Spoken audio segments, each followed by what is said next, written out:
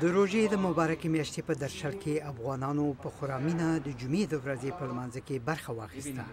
ډاکټر محمد ایاز نیازي خلکو ته د روژې د مبارکې میاشتې د ارزښتونو، فرایضو او وجایبو په اړه وعظ وکړ. د اسلام پیغمبر حضرت محمد صلی الله علیه وسلم وایي هر هغه څوک چې د روژې په میاشت کې په رښتینې توګه روژه نیسي، لوی خدای به د هغوی ګناهګانې وبخي.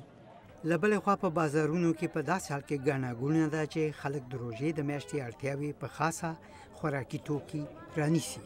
د کابل اوسیدونکی غلام سخي وایي خاطر ماه مبارک رمضان آماده ای. زه د روژې د مبارکې میاشتې لپاره تیاری نیسم او نن راغلی یم چې یو څه واخلم، ځکه د روژې د میاشتې په ترڅ کې به هر څه قیمته وي. په داسې حال کې چې په هیواد کې تاوتریخوالی زیات شوی، افغانان له طالبانو څخه غواړي چې د سولې له پروسې سره یوځای شي او په حکومت کې په ګډون سره د هیواد خدمت وکړي.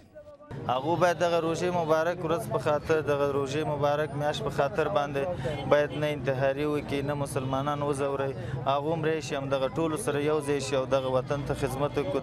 د روژې مبارکه میاشت چې سبا ته پیل کیږي د خیر او برکت نه ډکه میاشت ده چې مسلمانان د دینی فرایضو او مناسکو په ترسره کولو سره د لوی خدای له دربار څخه دنیوي او اخروي ښېګړې غواړي.